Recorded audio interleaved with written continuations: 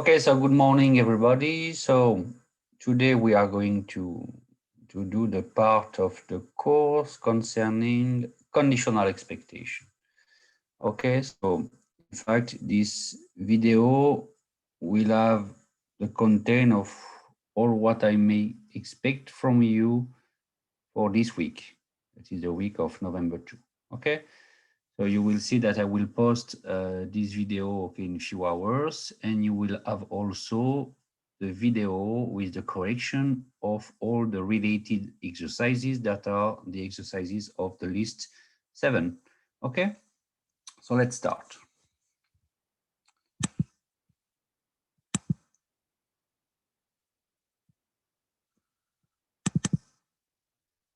Okay, so we are here. Okay, so this is a chapter concerning conditional expectation. So you are going to see that if you are able to compute expectations in the discrete or in the continuous case, it won't be that difficult to enter into conditional expectation, especially in the setting we are going to see together. Okay. So let's start with some reminder. Okay, so we are going to begin with in the discrete case. So the name or the word conditional has already been used together, okay, because we have defined together the conditional probability, okay. So let's remind that, okay, so we have defined P of A given B, okay, we have defined this one. So when PB is different from 0, we have defined P of A given B by P of A intersected with B over P of B. Okay, and we have seen together that A independent with B is equivalent to the fact that P of A given B is equal to P of A. Of course, if I impose that P of B is strictly positive. Okay. So now we are going to consider two discrete random variables here, X and Y, okay? So that are discrete in the sense that the set of the possible values that I denote by R of X and R of Y are countable, okay? And we have seen together that I can test the independence of these two discrete random variables. So this way, that is just an adaptation of the definition of independence, okay? So X will be independent of Y if and only if what? But the probability mass function of the pair, that is the probability that X is equal to Xi intersected with Y equal to Yj. This has to be equal to the probability that X is equal to Xi multiplied by the probability that Y is equal to Yj. Okay? So I have this, and of course, I need to have this for all the possible values for X. Okay, so that is for all I belonging to capital I. That is the set of indexation for the possible values of capital X, and for all J belonging to J. Okay, so this is the definition of independence. So if I give you the probability mass function of a pair, if you are able to write it this way, it will imply that they are independent. And of course, it's not always possible to do this because we have situations where we don't have independence. Nevertheless, okay, so if I am interested in the probability of the intersection, that is the probability mass function of the pair, there is something that can always write without any kind of independence hypothesis, that is the following. The probability that x is equal to xi intersected with y is equal to yj.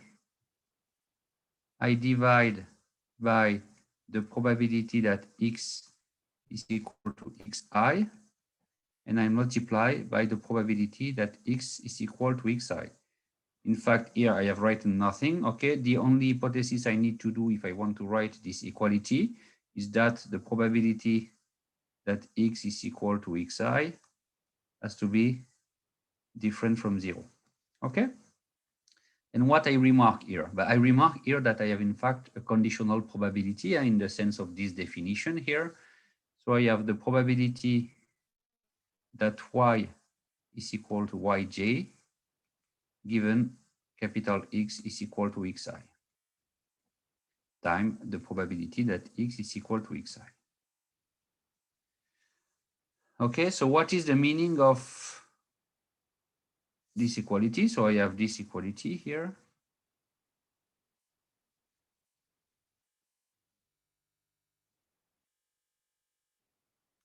That is an equality that is a kind of decomposition of the probability mass function of the pair into the probability mass function of x here and a term that is a conditional probability.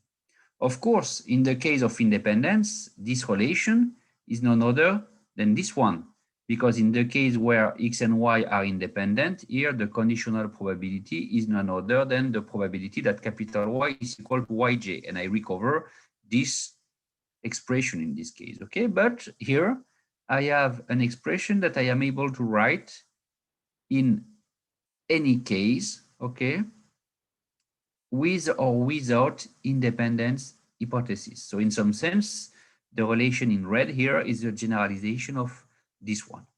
And in fact, in the discrete case, what we are going to call the conditional distribution will be something that will be related to this kind of quantities here. So from the theoretical point of view, nothing new for you, okay?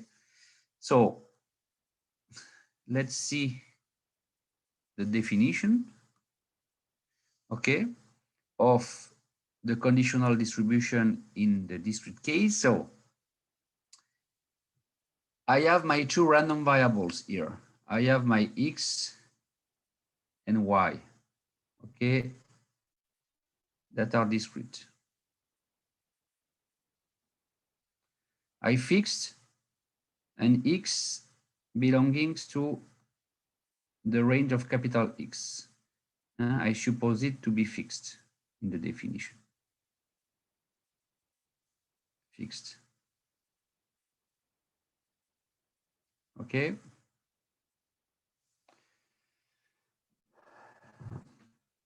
And what we called the conditional probability mass function of y given capital X is equal to small x is given by this. So the probability, the conditional probability of y given capital X is equal to small x will be a mapping from the range of y into 0, 1 that associate to any y in the range of y, okay, the following. The probability that y is equal to small y given capital X is equal to small x, but if I want to write this, okay, I need a condition that is if P of capital X equal to small x is equal to 0, okay, because I want to divide to define the conditional probability here. I want to divide by the probability that capital X is equal to small x and 0 otherwise. So 0 if the probability, oh, excuse me, here it's different from 0, okay, and here equal to 0. Okay, so this is the definition of the conditional probability mass function of y given capital X is equal to small x. Okay? And you see that if I come back to the previous example here, this is something that is related to these quantities when I fix the xi here and make the yj move. Okay, so this is the first definition of this course. Okay, the probability mass function of capital Y given capital X is equal to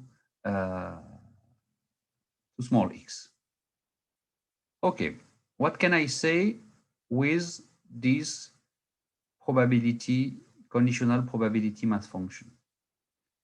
Well, I can say the following. I can say that we always have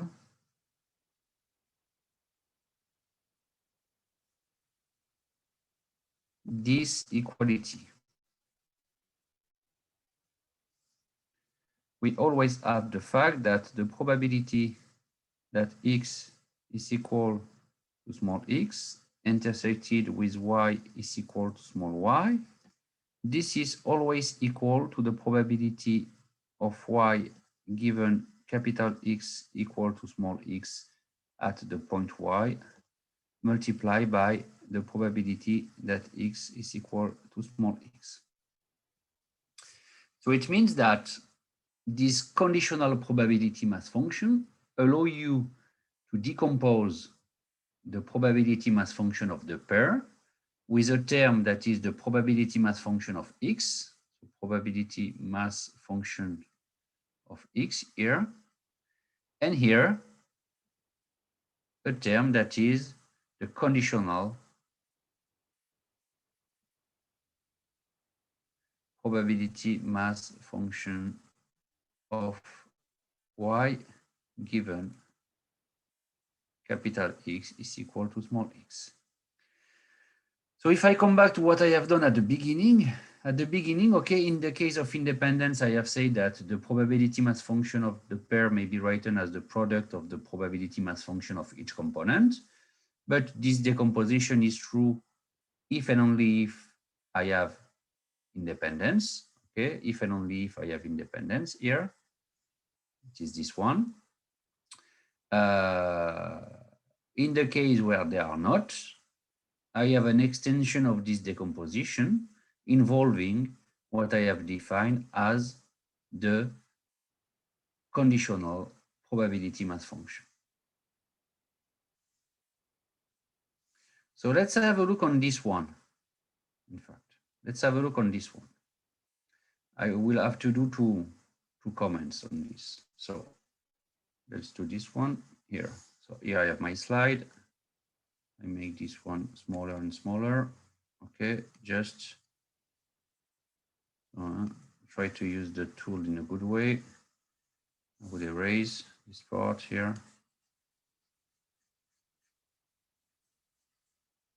Okay.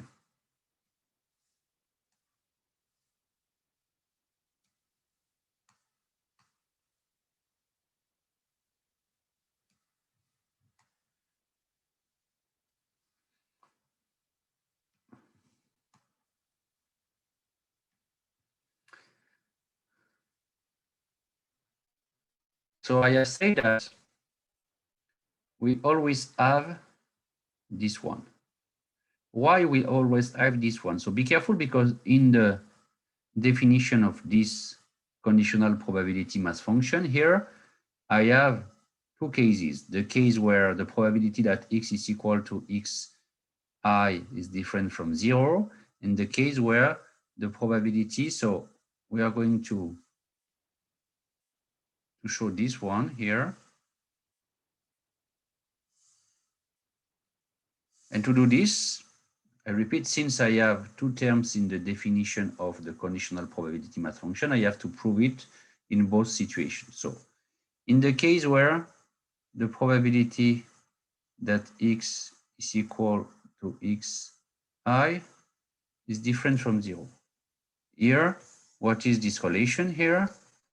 This relation is simply the probability that x is equal to xi intersected with y equal to yj, that is equal to what? This one, okay, that is given by this expression in the case where the probability that x is equal to xi is different from 0. So I replace.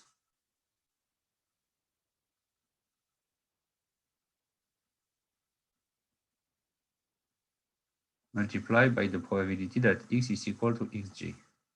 Of course, I have this, huh? It's okay.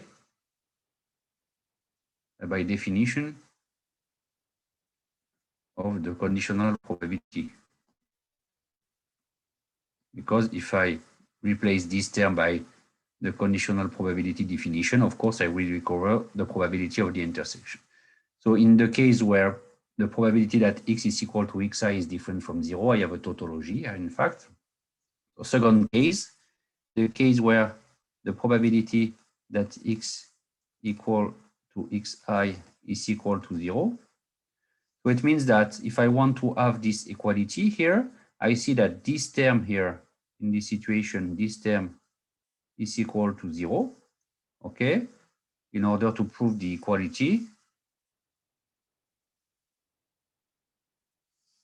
I have to prove that this one is 0. But of course, the probability that x is equal to xi intersected with y is equal to yj is of course less than the probability that x is equal to xi, because it is an intersection. If this one is 0, for sure, okay, you have exactly what you want. Okay, so in my situation here, both are 0, and so I have the equality, meaning that in the two cases corresponding to the two cases in the definition of the conditional probability, this equality is true. So it is always true. Okay, so you have the conditional probability mass function of y given capital X as a way to decompose the probability mass function of the pair, okay, as a term that is the probability mass function of X multiplied by exactly the conditional probability mass function of y given capital X is equal to small x. Okay. So second remark, what is more, I can say that I have a new way to prove independence. Okay, that is not really new, but with another way to write it. Okay, I said the following. Okay, if the probability that x is equal to xi is different from 0, okay, I know that x and y are independent, okay, implies what? It implies that the probability that x is equal to xi intersected with y is equal to yj is equal to the product of the probability. And from the definition of the conditional probability mass function in this case, it implies that the probability of y given capital X equal to xi at the point yj here is equal to what? It's the probability, it's this conditional probability, so it's the probability of the intersection over the probability of x, that is just the probability that y is equal to yj, because I have simplification. So here, be careful, what I have written is not false here, but it's not what I want to write. It's the product of the probability. And that's why if I divide by the probability that x is equal to xi, I have a simplification in order to obtain this term here. So you see in particular that in the case where the random variables are independent, okay, and if the probability that x take xi as a value is always strictly positive, but the conditional probability mass function independence is none other than the distribution, the conditional and the probability mass function of capital Y. Okay. So maybe let's do an example. So, okay, I try to do my best in order to use this one. Okay. So let's do an exercise inside the course here. Okay. So I suppose that X follows the Poisson of parameter lambda 1. I suppose that Y follows a Poisson of parameter lambda 2. Okay. And I suppose that X and Y are independent. Okay. I want you to find, so find the conditional probability mass function of Y given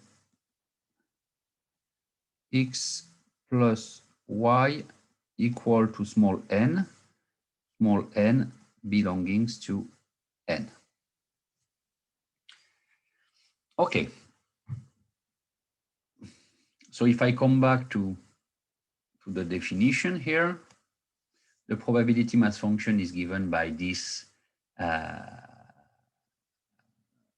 expression. And here, okay, if I come back to my exercise, I know that X and Y being Poisson, okay, if I restrict n to be in capital N, this probability here,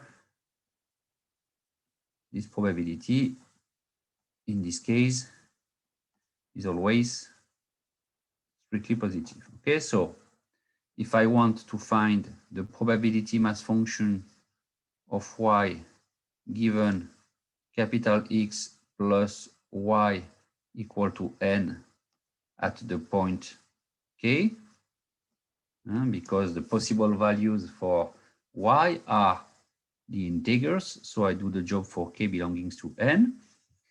I apply the part of the definition, that is the part where the probability that X plus Y is equal to n is strictly positive. So I obtain in this situation what?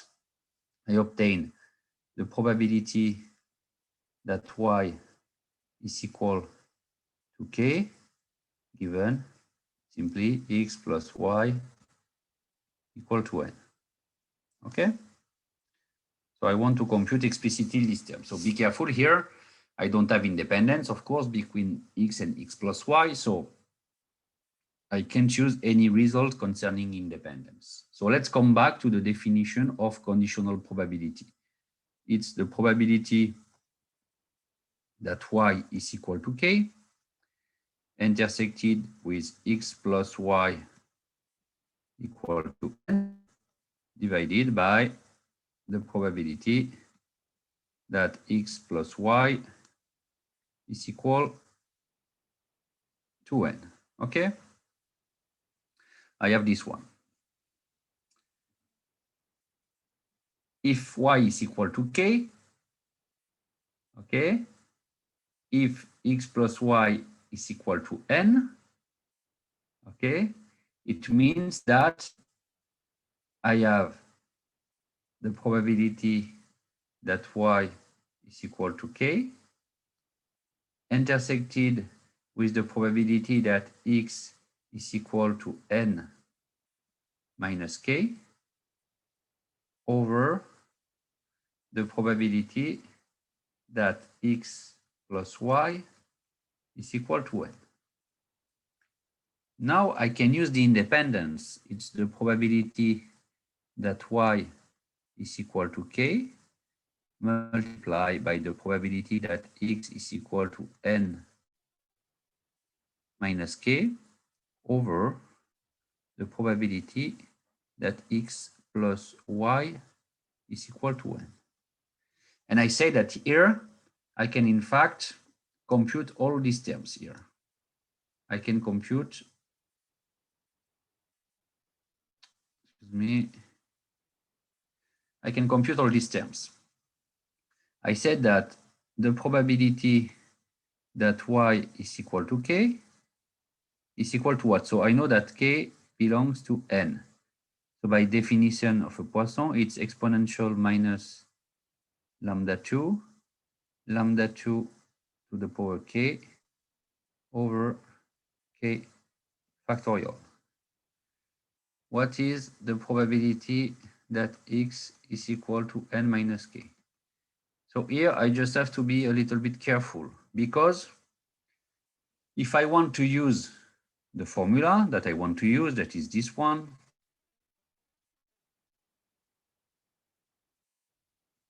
it's the one I have in mind.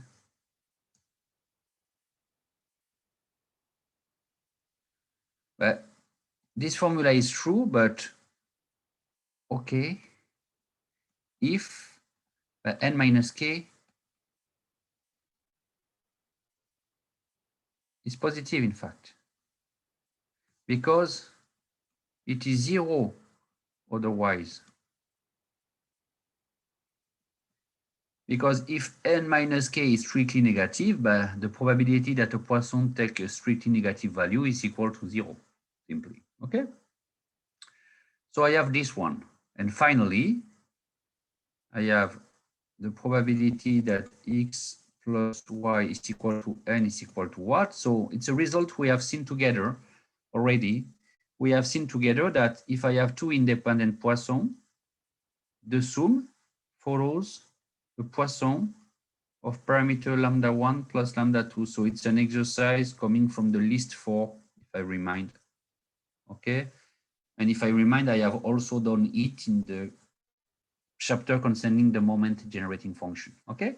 So I have this one here. N is an integer, so no problem. I don't have cases to consider in this situation. And I obtain exponential minus lambda 1 plus lambda 2. Okay. Lambda 1 plus lambda 2 to the power n over n factorial. Okay. So at the end, when I summarize what I want to do, okay,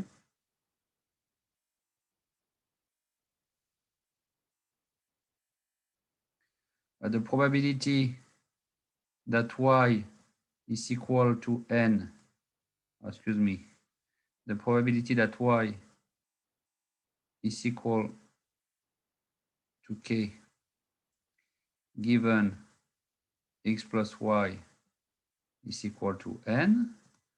I have two cases. So first, it is 0 if I have k less than n. Excuse me, it's not this one. So if k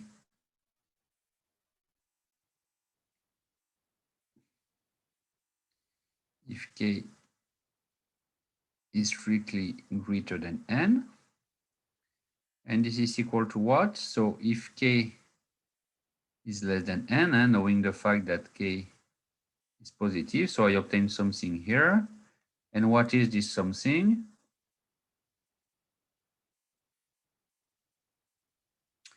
This something here is just the probability that y is equal to n, probability that x is equal to n minus k. So here it's a k here.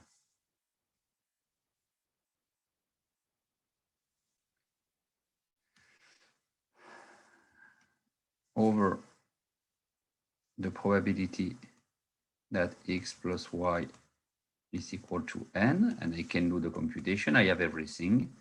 It's lambda, so exponential minus lambda 2 k over k factorial, exponential minus lambda 1, okay, lambda 1 n minus k over n minus k factorial divided by exponential minus lambda 1 plus lambda 2, lambda 1 plus lambda 2 to the power n minus k over, it's not minus k to the power n divided by n factorial. So I can see several things here. This one, simplify with this one. This one, I have here, and this one, that will give me C N K. Okay, and I have the term here, this one, and this one. So here, at this stage, okay, I have C and K inside. So if I find something that is a classical distribution, it will be necessarily something that is related to the binomial, okay? And in fact, I can write the following. So I have lambda 2 k, lambda 1 n minus k over lambda 1 plus lambda 2 to the power n, okay? And I can write this one in order to cope with the definition of a binomial. I have lambda 2 over lambda 1 plus lambda 2 to the power k, lambda 1 over lambda 1 plus lambda 2 to the power n minus k. Okay, and here I can write this one p, and I see that this one is just 1 minus p. So if I conclude, I can say that given x plus y equal to n, y follows a binomial of parameter n lambda 2 over lambda 1 plus lambda 2. Okay, so the conditional probability mass function of y given x plus y equal to n is just the probability mass function of a binomial of parameter n and lambda 2 over lambda 1 plus lambda 2. Okay, so you have here a computation that is not that easy because I need to think about the Poisson distribution, but not that complicated, allowing to see what happened in the discrete case. Okay, so you will see that in the list 7 of exercises, okay, I will do another example in the discrete case, okay, with this kind of computations. Okay, so I have done the job for the discrete, that is to define the conditional probability mass function. Let's do the job for the jointly continuous case. Okay, so you have the slide here. So I remind things you know. So if I have a joint density function, you know that I can recover the density function of each component computing partial integrals. That is, if I compute the integral of the joint density with respect to y, I obtain the density function of x. If I compute the integral of the joint density with respect to x, I recover the density function of y. And I know that I have an equivalent way to prove independence in the jointly continuous case. That is, x and y are independent if the joint density function is equal to the probability, to the product of the density function of each component. Okay, and here it's exactly the same thing as in the discrete case. That is, okay, so if x and y are independent, okay, I write it, I know that the joint has to be equal to the product of the density of each component. Okay, so I have this one. Okay, but so it means that I have a kind of decomposition of the joint density function, and here this decomposition use a part in x that is just the density function of x and a part in y that is just the density function of y. Here, suppose that we don't have necessarily independent, but suppose that, so if the density function of x at the point small x, suppose that it is different from 0. Okay, so excuse me, x, y here. But I can write the following. Since the density function of x at the point small x is not 0, I can multiply and divide by it.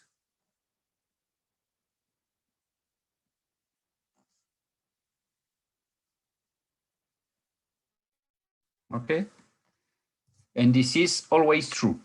This is always true. I can always write this if this density here is not 0. And in fact, I can see that this relation is a generalization of the previous one here, because in the case of independence, I know that the joint density is equal to the product. So here, in the case of independence, I just recover the density of y at the point small y. Okay. In fact, this term will be what we are going to define as the conditional density function of y given capital X is equal to small x. So it's exactly what we are going to see in the next slide. So the principle is exactly the same as in the discrete case, that is to decompose a joint probability mass function or a joint density function, okay, as the probability mass function or the density function of x multiplied by an extra term that is, in the case of independence, none other than the density of y, but in the case where we are not independent, that is something that we call conditional probability mass function or conditional density function. So you have here the definition of the conditional density function in the case. So once again here, I fixed x belonging to R that is fixed, okay? And I defined the conditional density function of y given capital X is equal to small x as a mapping from R into R, or in fact into R plus here, that associate to any y, but I have two cases. 0 if I have this,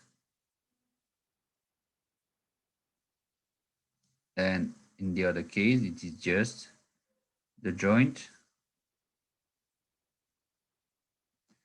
over the density of x in the case where I can divide.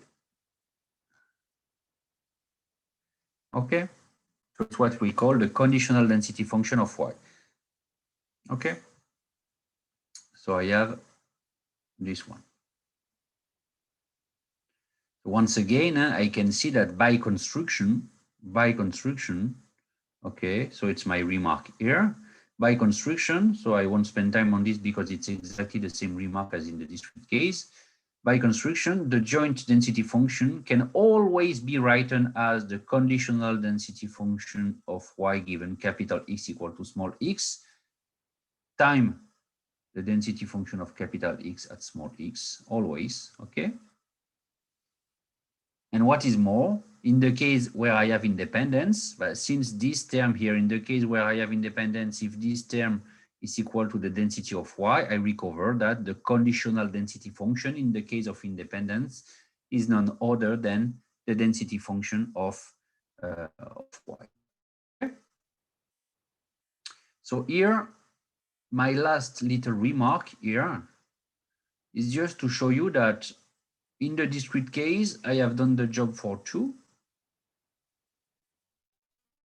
Okay, that is to give you the definition here for 2. Okay.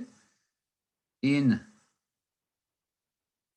the continuous case, I have given to you the definition for 2, but in fact, it's not that complicated, okay, to define the things. So suppose that you have 3, x1, x2,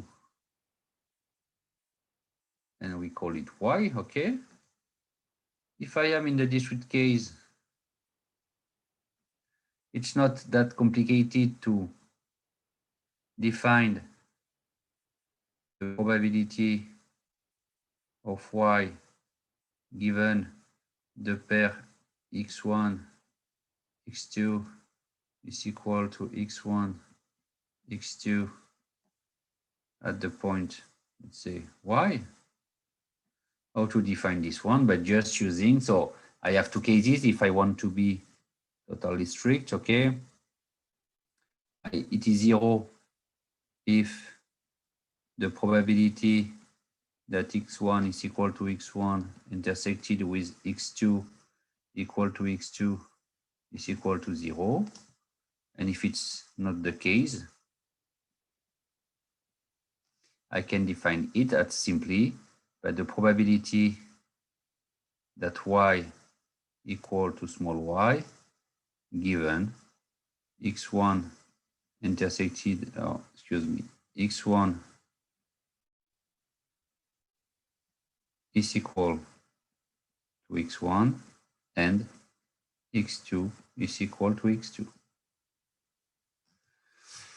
Okay, in the continuous case, the same thing happens, and I can define the conditional density of y given the pair x1, x2 equal to x1, x2 at the point y. It will be what?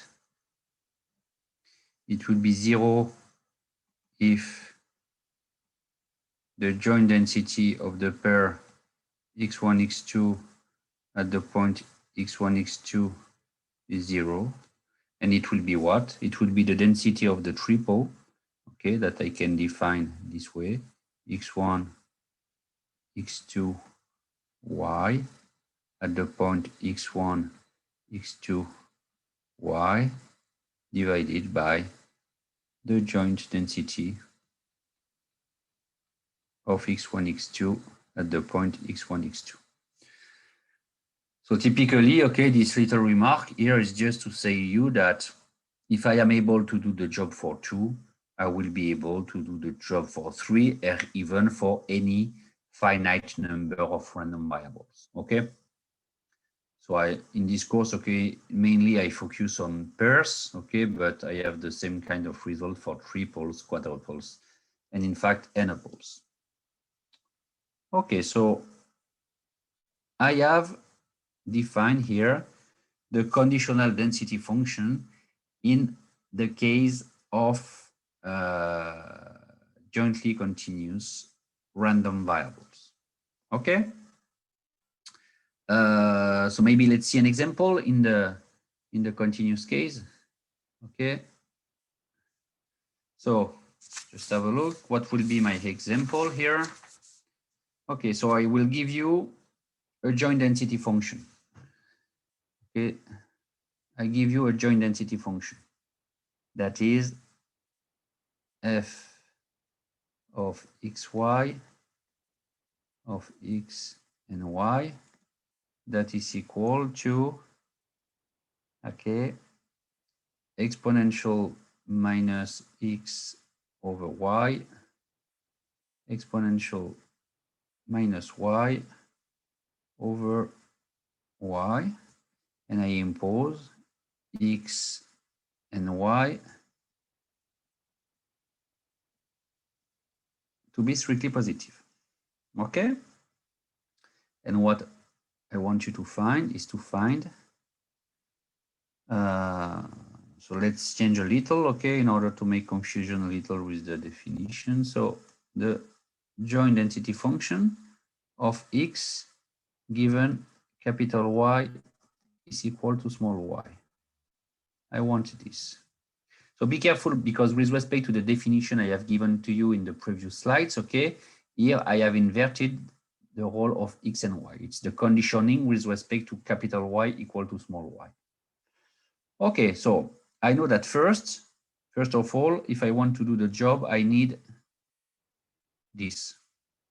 I need the condition, I need the density function of y, okay, to see what happens. So I know from what we have done previously that this is just the integral of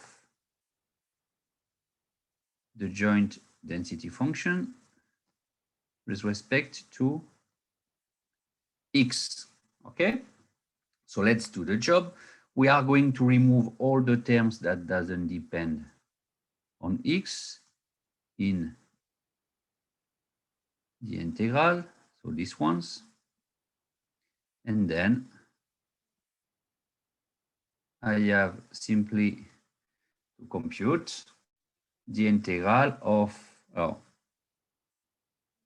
exponential minus x over y dx, and here I have the indicator function that x is strictly positive, so I can directly start my integration from 0.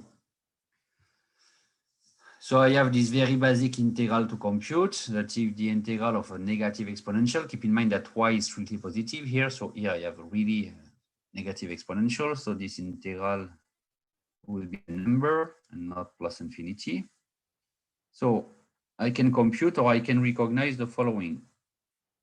I can say the following. Here, I see the beginning, in fact, of the density function of an exponential.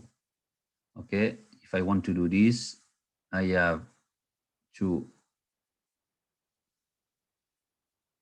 multiply by 1 over y. If I do this in order to egalize my quantity, I do this one. And now, okay, to conclude, I just remark that here you have the density of an exponential of parameter 1 over y. Okay, so you know directly that this integral is equal to 1. Okay, so at the end, what is the density function of y? It is basically, it is exponential minus y, indicator function y is strictly positive, and I can say at the end, I remark this, okay, that y follows an exponential of parameter 1, simply. Y follows an exponential of parameter 1, okay? So now I want this conditional density. So f of x given capital Y is equal to small y, x. So I will have two cases. One case where this is 0. This is 0 where, okay, the density of y vanishes. So here it will be 0 if y is negative. So the other case is what happened if y is now strictly positive. So if y is strictly positive, what is this? So it's the joint density at the point x, y over the density of y. And I have the right to write this here because I am on the set where this density is strictly positive. Okay?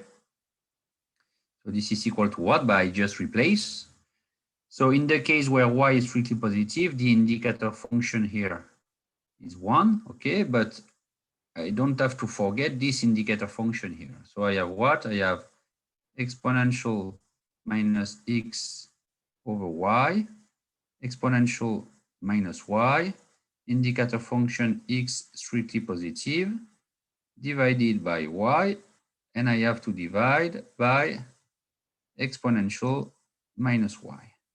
At the end, I obtain, so I have a simplification here between this term and this one, and at the end, I obtain what? 1 over y exponential minus x. Excuse me, I have a problem with my pen here. Okay, so excuse me. New tools for me, so sometimes I have some bug. Okay, minus x over y, indicator function that is strictly positive. And in fact, what I found here, I just remarked that given y equal to small y, with my small y that is strictly positive here, x follows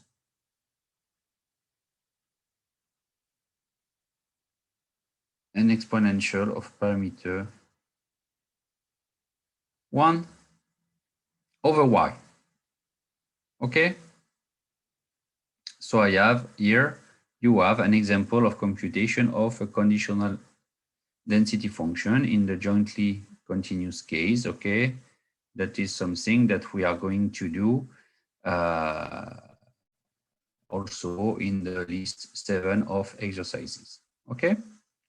So I think that I will close the session, the today session now, okay? And I will continue just after with the definition of the conditional expectation, because now we have conditional probability mass function and conditional density function, okay?